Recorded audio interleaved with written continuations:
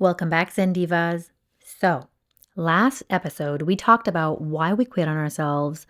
We talked about the myth of motivation and how to give ourselves a completion process for all the versions of our past self so that we can actually move forward. Today is where we're going to visit the framework that's underneath all of that. This is the stuff that makes everything else make sense. Today, we are meeting your four bodies. Are you ready? Now, some of you have been in my world for a while, and you may have heard me mention this before. And some of you came from the Vision program, so this will be very familiar territory. So to you, I'm asking if you can listen with an openness. If something feels repetitive, simply say, thank you for the reminder. Because the biggest life lesson that I hold on to, it's what you learn after you know it all that matters the most. So whether this information is brand new or a revisit, let yourself sink in deeper. Because we're not just explaining a concept today, we are actually going to slow down enough to feel. We are going to tune in and find out which body has been running the show for you. We often wonder why goals fail, why healing doesn't stick, or why motivation dies. Why can you have an absolute breakthrough at a retreat or on a Saturday, and then you're completely back to your old patterns by Tuesday? Well, it's because we work on one body and we ignore the rest. Let me explain. For example, we go to therapy and we work on the mental body, but we never move the stuck emotion through the physical body.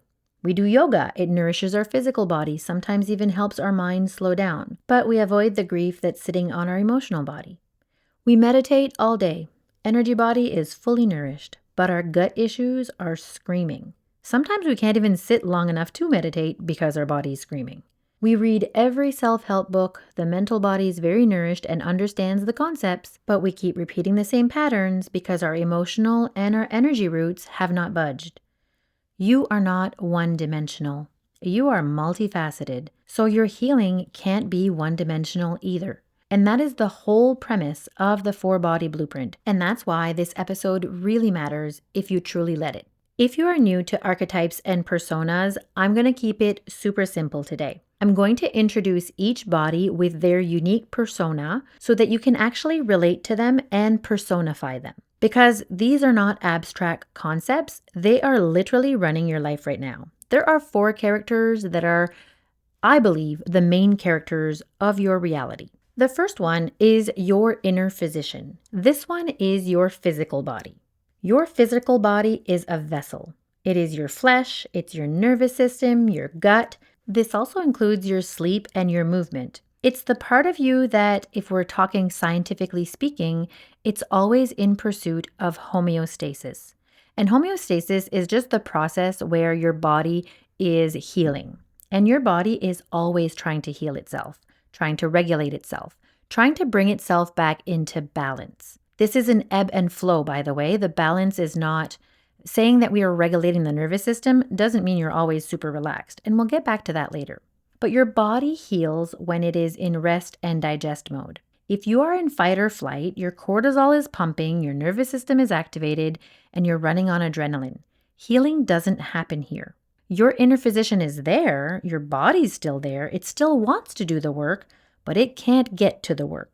So when people say, just meditate, just visualize, just raise your vibration, and nothing shifts, well, it's oftentimes because the physical body is so depleted, it is so dysregulated, that your soul literally just wants you to land. And if your nervous system is fried and your soul can't land, that's not poetic. That's physiology. And listen, I get it. Oftentimes, it's easier said than done because I've been there. I ignored my body, and I remember a time very specifically where I ignored it because I wasn't sick. I mean, not in the traditional sense. However, my body was shutting down. I was going through burnout, completely unaware of it. Well, I don't know. Can we really say we were unaware? Anyways, we'll get back to the mental body later. But I was running 2 wellness spas. I was a single mom. I was doing group readings. I was doing classes, and I was studying. So if the candle had a third end, I would have been burning that end too. One day I came home from the spa. I came home from spa number 1 because I had to pick up something for spa number 2. And then I got a call that nobody had showed up to work at spa number 2 and there was a client waiting. So I was panicked and I was rushing. And I was rushing so much that when the phone rang and I heard, "You forgot to pick your kid up from school today." You know when they say, like, you have a moment where you're weak in the knees? I wasn't just weak in the knees. My body let go completely. We talk about fight or flight. That day, I learned that there was another mode, and I've learned to study that one in depth, and this is called freeze. If you're familiar with the polyvagal theory, it's dorsal vagal, it's shut down and collapse. So not only was I weak in the knees, but I was on my way down the stairs and I fell down the stairs. And I'm not sure if it's because my bladder let go or because I had to pee and I hadn't taken time to pee, but I also peed my pants. Very, very humbling experience, I must say. And one would think that in that moment, I would have had the wherewithal to just snap out of it. But I quickly cleaned myself off, and then I had to go solve problems. I had to go pick up my kid. I had to go unlock the door for the spa. I had to go fix things.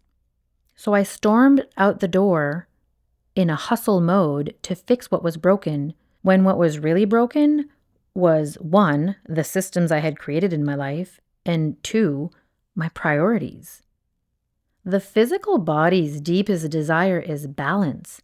And when she's ignored long enough, she doesn't whisper anymore. She starts yelling in symptoms.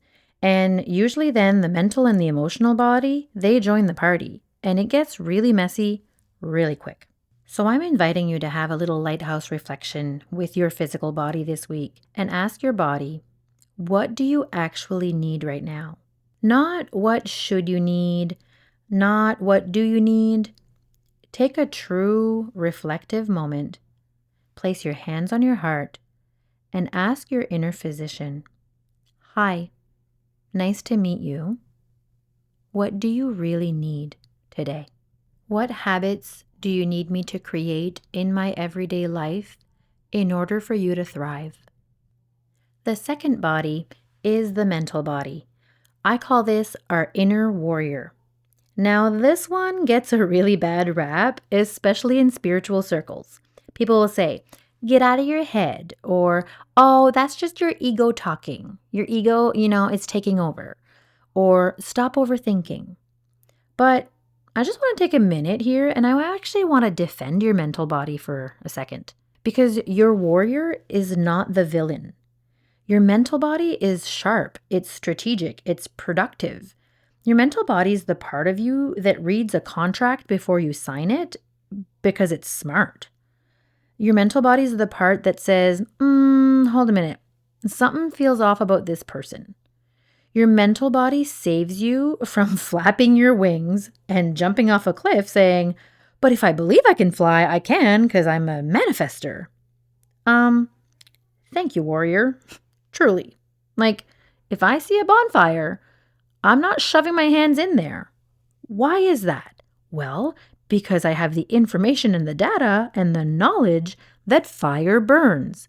And why do I have that? I have that because of my mental body. The shadow of your mental body, that is the one that can be a bit of a pain in the butt. It's your inner critic. That's where your overthinking starts to spiral.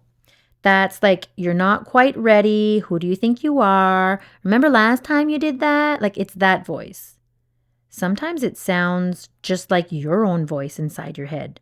Sometimes it sounds annoying. And sometimes it's almost like you don't even really hear it at all. It just has an energetic hold on you. But that part, that's your inner warrior that's gone rogue. That's your inner warrior trying so hard to protect you from discomfort that it's keeping you from all the things you actually want. The warrior, when she's in her light, she sounds like this. "Hey, let's figure it out. You know what? Let's set a plan. Let's protect your peace. I think we need to set a boundary here." Or, "I think we need higher standards on this one, don't we?" The warrior in her light also reminds you that you can do hard things.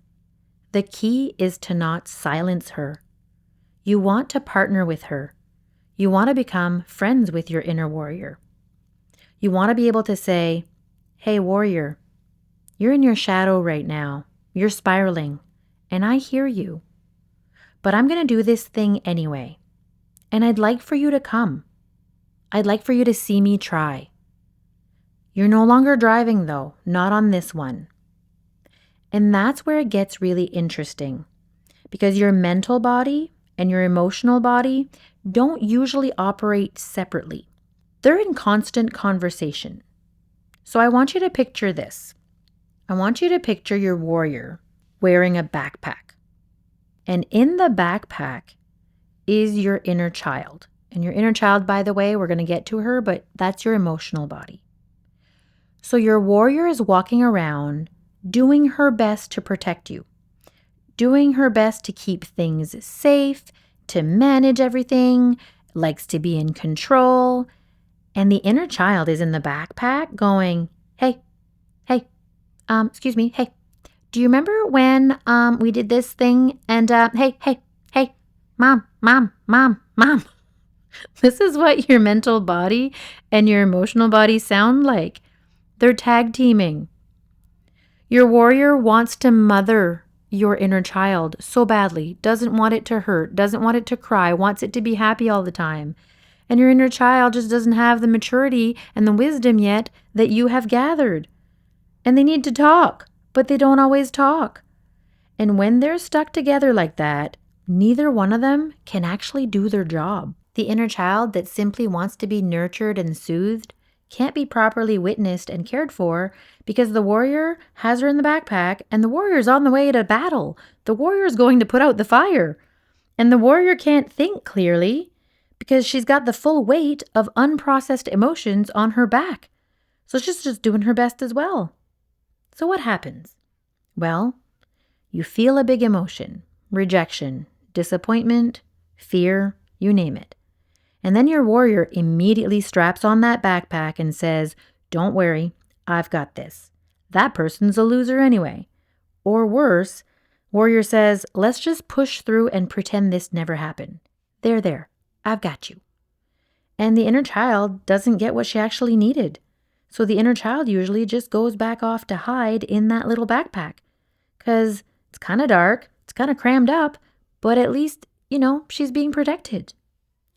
So what if instead you could take off the backpack from the warrior? What if you let your warrior put down the sword just for a minute? What if you let your inner child be alone in a room, just feeling? What if you just sit and you feel the feeling? What if your spirit body comes in, your intuition comes in to nurture, soothe? What if your physical body is resting and you give it a hug? When the child is separated from the warrior, she becomes much more receptive. And then the warrior, when separated from the child, can actually be free to think and to see what's going on with the automatic blueprint. All of this is integration. This is the work. When people talk about alignment, this is what it truly means. So this third body, the emotional body, which we personify as your inner child, and I would also add your inner teenager, it is the heartbeat of your humanity. It's the part of you that's tender, that's intuitive, that's creative, that's artistic, that's alive, that's silly. You know the part I mean, right? Like the part of you that holds your deepest joy. And when you say inner peace, but the shadow of it, it's also the part of you that holds your deepest wounds, your deepest sadness, and your deepest grief. And what nobody ever really taught most of us is that emotions are simply energy in motion. Emotions are meant to move. Emotions aren't meant to be stagnant or stuck. They're supposed to be in motion. And it's supposed to be an ebb and a flow. There's no bad emotions. Sadly, here's actually what we're taught instead. Stop crying or I'll give you something to cry about. How many of you heard that one? Or, oh, you're so sensitive, just get over it. And then sometimes when we're really in our imagination, Okay, come back down to reality, be realistic. Or if we're grieving, oh, we're just going to give them some time alone to grieve. So, from an early age, we learn to stuff it. We learn to swallow our emotions. We learn to just get over it. And somehow along the way, it kept leaking out sideways. But it leaked out not as the actual emotion we felt. It leaked out as anxiety, as reactivity, as resentment, or like that low-grade feeling that you're simultaneously too much and not enough. Well, that's exhausting. What I've come to learn is that most people aren't actually afraid of failure. They are afraid of feeling. Because what they're afraid of feeling is feeling that disappointment, that rejection, or the grief, or the feeling that they have failed, and therefore they feel not good enough.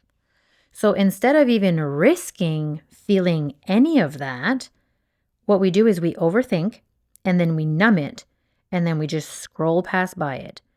Or even worse, we explode at someone who didn't even deserve it in the first place. Your emotional body doesn't need to be analyzed. It doesn't have a belief system. That's your mental body. Your emotional body also doesn't need to be fixed. Like there's no fixing. All your inner child, aka emotion body, needs is to be witnessed.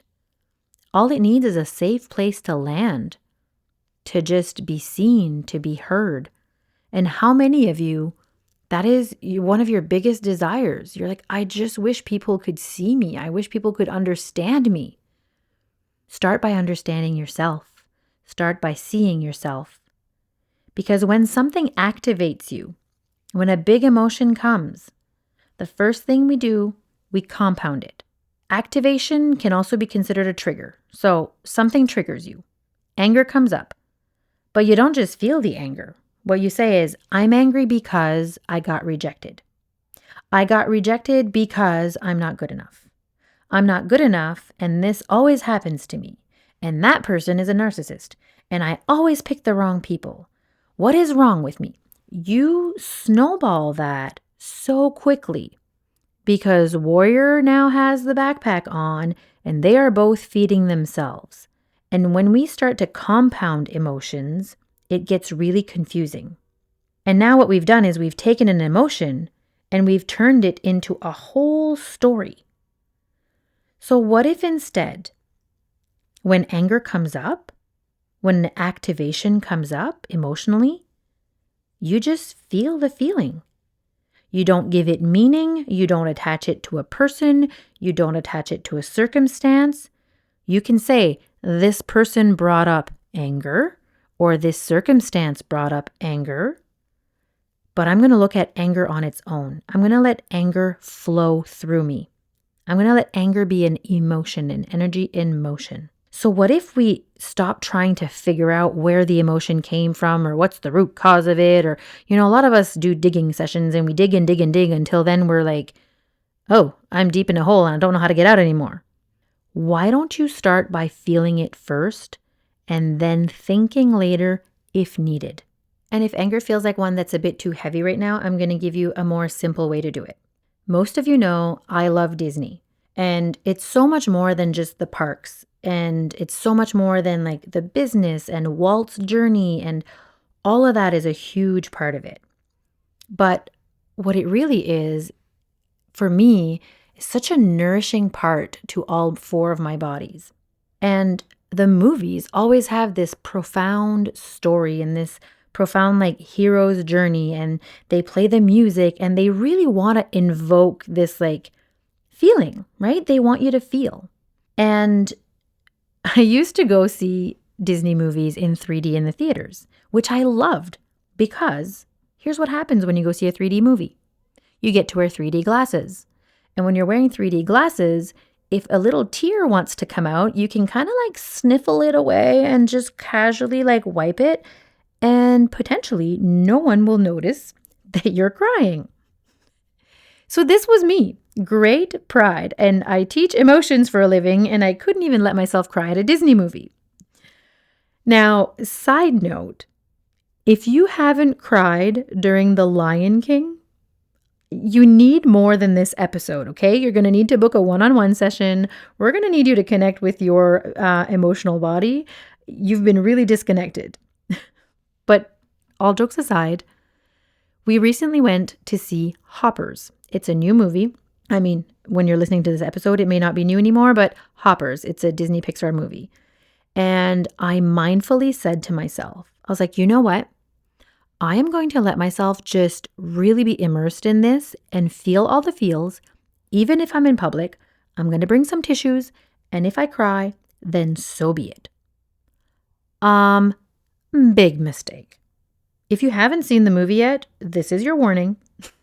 Bring tissues and let it be your connection to your emotional body. I cried probably 6 or 8 times during that movie. It was a lot. It was all the feels. But you see, you can watch a movie and not cry. Like you're watching a movie. And if you're at home, even worse, because you're watching a movie, you're scrolling your phone, you're doing a million and one things. But when you're in a theater, hopefully you're at least very present. But you can watch a movie or you can immerse yourself in the experience of it. You can feel the movie. You can feel the energetics and the music, and you can feel or picture yourself in the characters. And do you see how that's such a more immersive experience than just watching a movie? And all of that matters because as soon as you really let yourself be carried away and immersed in it, you are going to feel something. And that is nourishing your inner child as well, because you are nourishing your emotions and your imagination and so many things all at once. So yes, I am actually saying it. Watching a Disney movie can be a healing experience.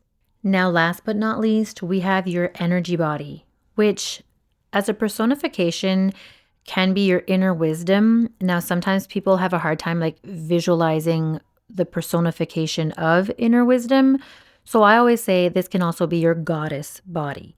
Now, I realize for some people, goddess feels a bit more gender specific, but you can make it into whatever feels best for you. So your energy body, which is your inner wisdom, this is your energy field. It is your frequency. It's your aura. It's your chakra system. It's the moments where you're like, I just know. It's an inner knowing. We talk about your gut instinct. Well, your inner wisdom is the gut instinct that you talked yourself out of. It's what I call the synchronicities and the little winks from the universe when you're genuinely on your path. Now, I just want to take a minute to acknowledge something that drives me absolutely bonkers.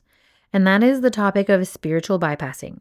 This whole world of high vibe only, or, oh my God, that's just your ego. That's not enlightenment.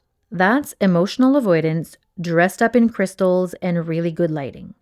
So if you're floating in the spiritual realm, but your nervous system is fried and your inner child is sobbing in a bathtub, and then your warrior's running every decision, you are not in alignment. You are ungrounded.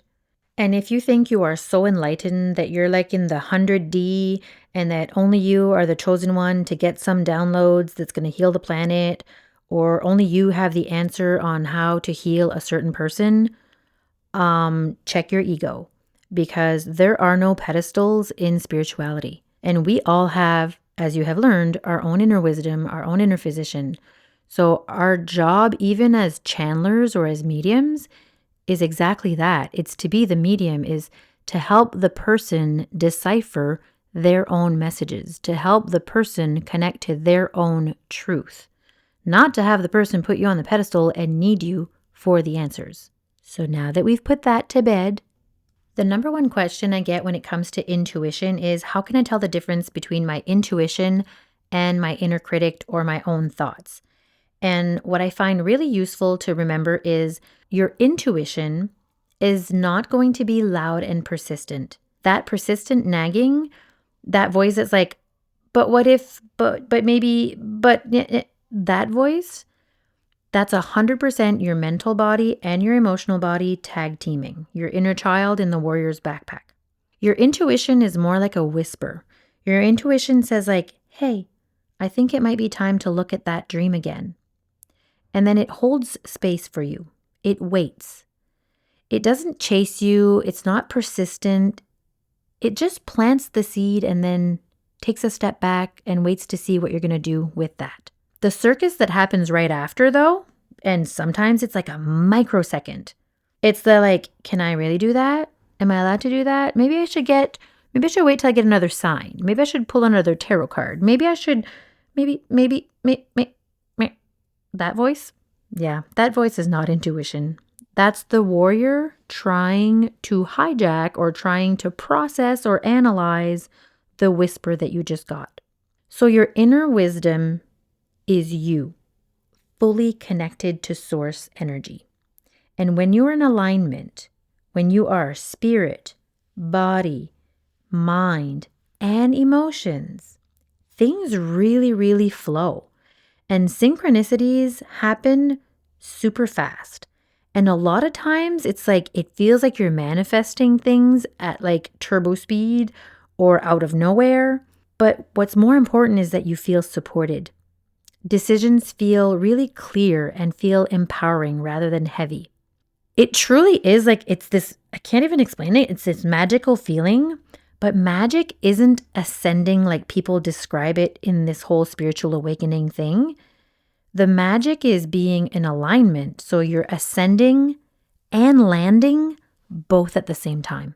When people talk about quantum leaping, I always remind them like, it's great to quantum leap into a whole other dimension in your imagination. And yes, a lot of times even your physical reality feels different. However, if you forgot to bring along your physical body, your mental body, and your emotional body, they're going to call you back home. And then stuff is going to hit the fan again, and here you are again. So sometimes the fastest way or the quantum leaping way might not be the best way, or I should say might not be the most integrated way. So now that we've covered all this, I want to ask you something again. Think of all the work that you have done in your life. Perhaps you tried therapy and yoga and retreats and programs, you read books, you hired coaches, you did cleanses. Maybe things shifted, but maybe then they came right back. Or maybe they shifted in one area of your life, but then everything else stayed the same. So now you know why. It's because you were working on one body and maybe leaving the other ones behind.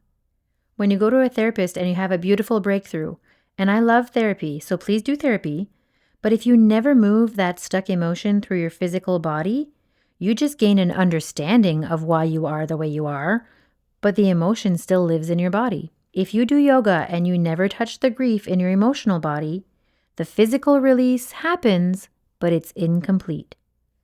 If you meditate or journal all day long, but your gut is still in knots and your sleep is completely wrecked, you're kind of floating above your life. You're not living in it. So this is why I also think that so many people end up making healing their whole personality. They're working so hard on one body, or they're jumping from one to another just very randomly. They're trying this therapy and that one, and nothing really fully integrates because they forget that oftentimes the magic is going back to basics, but doing so consistently. So they never actually get to live because they're always healing. That doesn't sound fun. You've come to Earth to really experience Earth, to live. Healing is important. And you're meant to heal, for sure, but you're also meant to live. And healing is not a destination. And oftentimes, healing is what happens in the background when you're busy living life and taking good care of yourself. You can have a huge spiritual awakening in Bali. Don't get me wrong, I love me a good retreat. But what happens when you leave Bali? You come back to, we'll call it the container that you call home, where the old you is still here. So the 4-body blueprint is your permission to stop fixing yourself in pieces and stop trying to find the healing outside of you or in a guru. I'm inviting you to bring all 4 bodies to the table. What if you were to visualize that? A beautiful conference table or a beautiful sharing circle, whatever resonates with you. and invite all four bodies, all four personas to that space. And much like a sharing circle, let each one of them have a say. And that is the most powerful thing you can do. That is the moment you will stop spinning your wheels and you will start making decisions from a place of being whole, from a place of being complete, and from a place of true alignment. Although this is very simple, it's not easy, so it will take practice. This is the foundation to everything we do in the Zen Diva Odyssey. Every season, every theme, and every lesson runs through this framework. This spring, we're talking all about vision, and then we'll move to the summer season where we're really creating change and gathering more information about our blueprint. Fall is all about transformation, putting together what worked, what didn't work to really create your perfect day, your perfect week, or heck, just to stop self-sabotaging. And then in the winter, it's all about integration because now this is who you are. This is who you have become. You've created some major changes. And then we go right back to vision with the new season. So the Zen Diva Odyssey is a cycle. If you wish, we could call it a spiral, but at least you're spiraling up and not down. And at every stage, we bring in all four bodies with us. We also bring both the Zen and the Diva, the light and the shadow. These four bodies and the shadow and the light, they all make up who you are, and none of them are bad. They all showed up to get you here, and you did the best that you could with the information that you had. So this week, just witness, don't fix. What if you let yourself get curious rather than critical? What if you meet your four bodies like the old friends that they are? Like, what if it's a gathering of, oh my goodness, I haven't seen you in so long. Tell me what you've been up to. And if you're in the Zen Diva Odyssey community, I will have some beach walk talks, aka homework, and free resources to help you with the topics that we covered on today's call. And I will be in the Facebook group all week, so you can post your check-in, post your wins, let me know what your 1% moves are. You can also post your questions, and we will meet up for our weekly live office hour Q&A calls in real time. If you're not in our Zen Diva Odyssey community, but today's session made you really want to dig deeper and connect with like-minded people who are working towards these same things, feel free to join us, and I would love to see you on our live Q&A calls. You can join in the fun by following me on social media or on my website, cindyo'donnell.ca. I look forward to seeing you in the group or on our next episode. Hakuna Matata!